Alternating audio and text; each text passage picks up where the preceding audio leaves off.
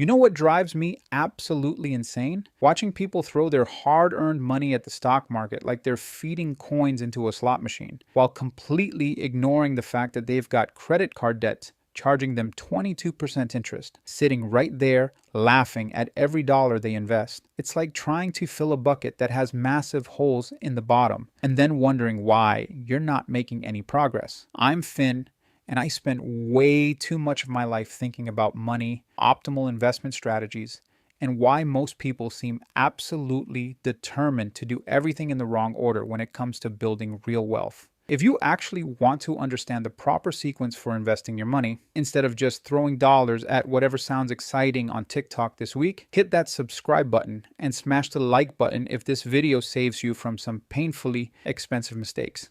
Here's something that should genuinely shock you. According to recent data, 1 in 3 Americans doesn't even have an emergency fund. The median amount that Americans have saved for emergencies? A whopping $500. That's less than most people's monthly car payment. And it's actually down from $600 just a year ago. Meanwhile, these exact same people are sliding into my comments asking whether they should buy individual stocks or jump into cryptocurrency. It's like asking whether you should buy a Ferrari when you don't even have enough money to fix the transmission in your current car. The truth is, there's an optimal order for investing your money that can literally save you tens of thousands of dollars over your lifetime and dramatically accelerate your path to financial independence. But most people completely ignore this sequence because it's not as exciting as picking the next hot stock or trying to time the market. They want to skip straight to the fun stuff without doing the boring foundational work that actually matters. Today, I'm going to walk you through the exact order you should be investing your money, step by step, so you can maximize your returns while minimizing your risk. And I guarantee some of this will surprise you, especially the part about why your employer match should come before almost everything else, and why health savings accounts might be the most powerful investment vehicle that most people are completely ignoring. But before we dive into the specific steps, let me explain why getting this order wrong can be so devastating. Imagine you're building a house. You wouldn't start by picking out fancy light fixtures and granite countertops if your foundation was cracked and your roof was leaking. Yet that's exactly what most people do with their finances. They get pumped about investing in the latest trendy ETF while carrying high interest debt that's guaranteed to destroy any gains they might make. The opportunity cost of getting this wrong is massive. Every month you delay paying off credit card debt, charging you 22% interest is a month where that debt is growing faster than almost any investment you could reasonably expect. Every month you ignore your employer's matching contribution is literally free money you're leaving on the table. And every month you contribute to a taxable investment account before maxing out. Your tax-advantaged options is money you're unnecessarily handing straight to the IRS. Before you invest a single dollar anywhere, you need to establish an emergency fund. Now, I already know what you're thinking. This sounds boring. You'd rather hear about which stocks are going to make you rich. But here's why this matters more than you think. An emergency fund isn't just about having money for unexpected expenses, though that's obviously important. It's about creating a psychological safety net that prevents you from making terrible financial decisions when life inevitably throws you a curveball. When your car breaks down or you face an unexpected medical bill, having an emergency fund means you don't have to sell your investments at the worst possible time or rack up high interest debt to cover the expense. The question everyone asks is, how much should you actually save for emergencies? The traditional advice is 3 to 6 months of living expenses. But honestly, that range is so broad, it's almost useless. The amount you need depends on several factors. If you have a stable government job with great benefits, you might be perfectly fine with 3 months of expenses. If you're a freelancer in a volatile industry with no safety net, you might need closer to 6 months, or even more. Here's what I recommend for most people. Start by saving your first $1,000 as quickly as humanly possible. This covers most minor emergencies and gives you that initial psychological safety net. Then work toward 1 month of living expenses. Once you hit that milestone, keep building until you reach 3 months of expenses. This approach breaks down what feels like an overwhelming goal into manageable chunks. But here's something interesting that most people don't realize. Recent research from Vanguard found that people with at least $2,000 in emergency savings had financial well-being scores that were 21% higher than those without any emergency fund at all. That was the largest boost linked to any single factor they measured. $2,000 isn't life-changing money, but the psychological impact of having that buffer is genuinely enormous. Once you've got your emergency fund locked in, the next step is absolutely critical. You need to eliminate all high interest debt before you invest anything else. And when I say high interest debt, I'm talking about anything charging you more than about 8% annually, though that threshold can shift depending on current market conditions. Credit card debt is the obvious villain here. With average interest rates over 22%, credit card debt is straight up financial cancer. It grows faster than almost any reasonable investment return you could expect, which means carrying credit card debt while investing is like trying to run a marathon with a backpack full of rocks. Mathematically, paying off debt with a guaranteed interest rate provides a guaranteed return equal to that interest rate, which is often higher than what you can reasonably expect from the stock market after taxes. Let me put this in perspective for you. If you have $5,000 in credit card debt at 22% interest and you make only the minimum payments, you'll pay nearly $2,800 in interest over 5 years. That's money that could have been working for you instead of bleeding away. Every single dollar you use to pay down that debt is essentially earning you a guaranteed 22% return, which is better than Warren Buffett's long-term average. The strategy for paying off debt efficiently is straightforward. List all your debts with their interest rates and minimum payments. Pay the minimums on everything. Then throw every extra dollar at the debt with the highest interest rate. This is called the debt avalanche method, and it saves you the most money mathematically. Some people prefer the debt snowball method, where you pay off the smallest balances first for psychological motivation. But the avalanche method is more efficient. Here's where it gets interesting though. There's one major exception to the rule about paying off debt before investing. And it's so important that it actually becomes the next step in our optimal investment order. If your employer offers matching contributions to your retirement plan, you should contribute just enough to get the full match, even before you finish paying off high interest debt. This might seem counterintuitive, but the math is honestly compelling. Employer matching is essentially a guaranteed 100% return on your investment up to the match limit. Even if you're carrying credit card debt at 22%, getting an immediate 100% return usually still makes sense. It's like finding money lying on the ground that your employer will double if you bother to pick it up. Here's a typical example. Your employer might match 50 cents on the dollar up to 6% of your salary. If you earn $50,000 annually, contributing $3,000 to grab the full $1,500 match represents a 50% immediate return, plus whatever your investments earn over time. No other investment opportunity can guarantee that kind of return. The key is to contribute just enough to get the full match. Then redirect all your extra money back to crushing high interest debt. Once the debt is gone, you can crank up your retirement contributions. This strategy maximizes your guaranteed returns while minimizing the time you're paying high interest rates. There's one important caveat though. Some companies have vesting schedules that determine how long you need to stay with the company to keep the matching funds. If you don't plan to stay at your current job long, make sure you understand the vesting schedule. But even with vesting requirements, the immediate return from employer matching usually makes it worthwhile. This foundation, an emergency fund, debt elimination, and employer matching creates the bedrock of your financial house. Without these pieces in place, everything else you do with investing is essentially building on quicksand. Once you've got those foundational pieces locked down, we move into what I call the tax optimization zone. And this is where things get really interesting. Most people completely mess this up because they get distracted by shiny objects and skip straight to taxable investment accounts when they should be maximizing every single tax advantage option available first. Now we get to maxing out your individual retirement account. And here's why this comes before putting more money into your employer's 401k. Your IRA gives you far more control over your investment choices and typically comes with much lower fees than most employer plans.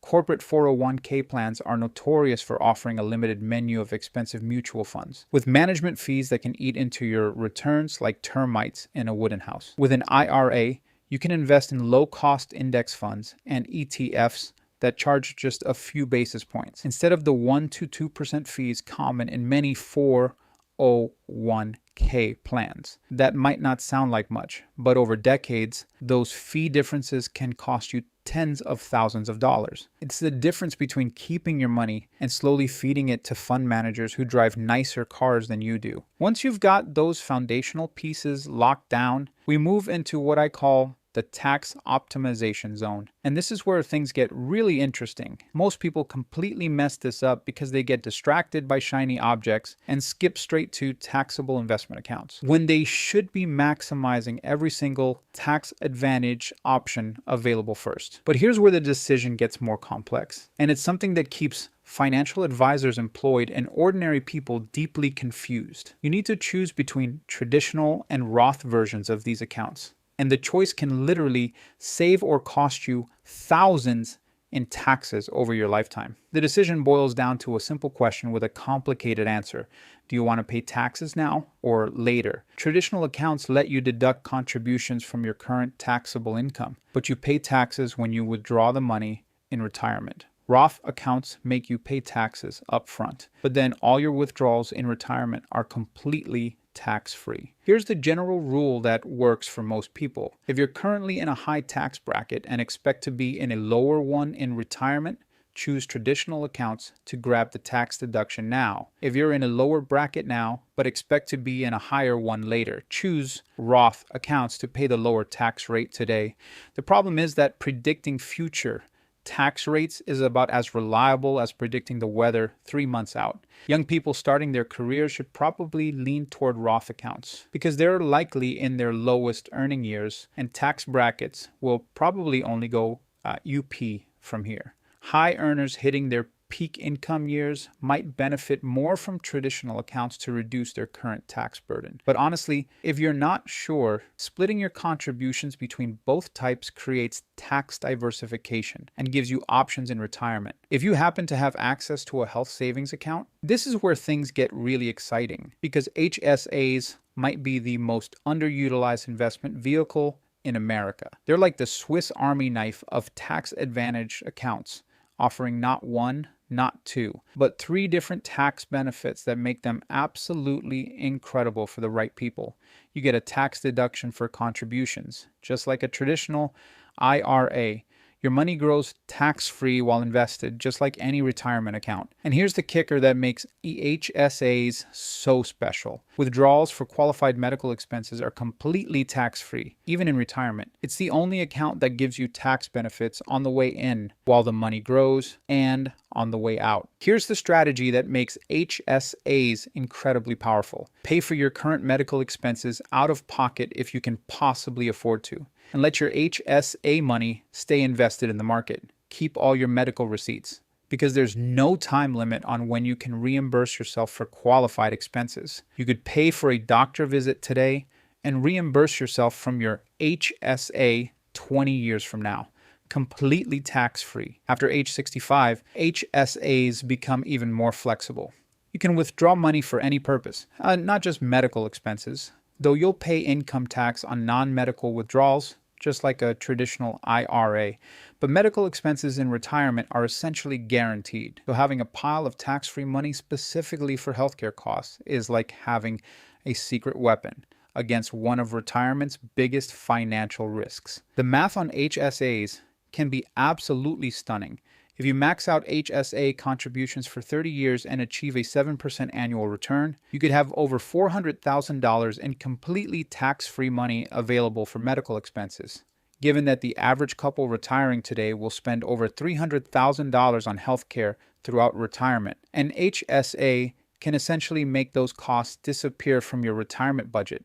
Once you've maximized your HSA contributions, you go back and max out your 401k contributions beyond the employer match. The 2025 contribution limit is $23,500 for most people, or $31,000 if you're 50 or older. At this point, you're really cooking with gas from a tax perspective. Between your IRA, HSA, and 401k, you could potentially shelter over $35,000 annually from current taxation if you're under 50, or even more if you're eligible for catch-up contributions. That's serious money that gets to compound without the IRS taking their cut every single year. Here's something that might surprise you about this whole process. Most people never get past this point. The average American saves about 6% of their income, which usually isn't enough to even max out their employer match and IRA contributions, let alone everything else. But if you're one of those rare people who can actually work through this entire sequence, congratulations. You're already in the top 5% of savers in America, and you're setting yourself up for a retirement that most people can only dream about. The beautiful thing about following this optimal order is that each step builds on the previous ones, creating a financial foundation that gets stronger over time.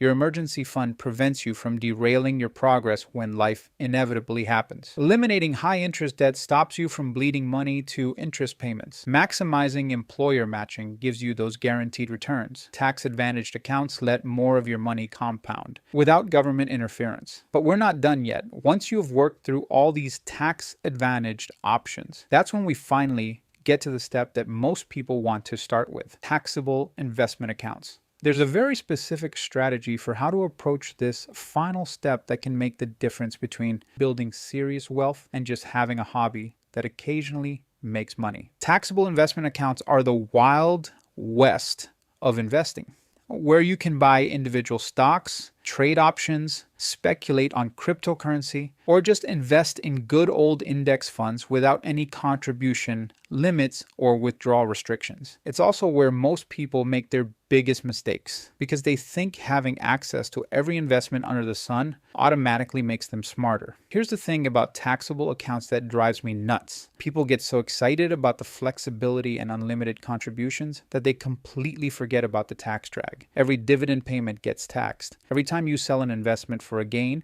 the IRS wants their cut. It's like running a race while someone keeps throwing sand in your shoes. You can still finish, but it's going to be a lot harder than it really needs to be. The tax efficiency of keeping money in retirement accounts versus taxable accounts can be absolutely staggering over time. Let's say you invest $10,000 annually for 30 years. In a tax-advantaged account earning 7%, you end up with about $944,000. In a taxable account with the same return, but paying taxes on dividends and capital gains along the way, you might end up with closer to $700,000. That's nearly $250,000 difference. But here's where taxable accounts genuinely become valuable. Once you've maximized everything else, they offer complete flexibility. Need money for a house down payment in 5 years? No problem. Want to retire early before you can access your retirement accounts? Taxable accounts give you the bridge funding you need. Planning to leave money to your kids? Taxable accounts get a step up in basis when you die, which can eliminate capital gains taxes entirely. So there you have it, the optimal order for investing your money that most people completely ignore in their rush to get rich quick. Emergency fund, then high interest debt, then employer match, then IRA, then HSA, then max out that 401k, and finally taxable accounts. Follow this sequence and you'll be quietly building real wealth while everyone else is still chasing the next Tesla. Your future self will thank you for doing the boring stuff first.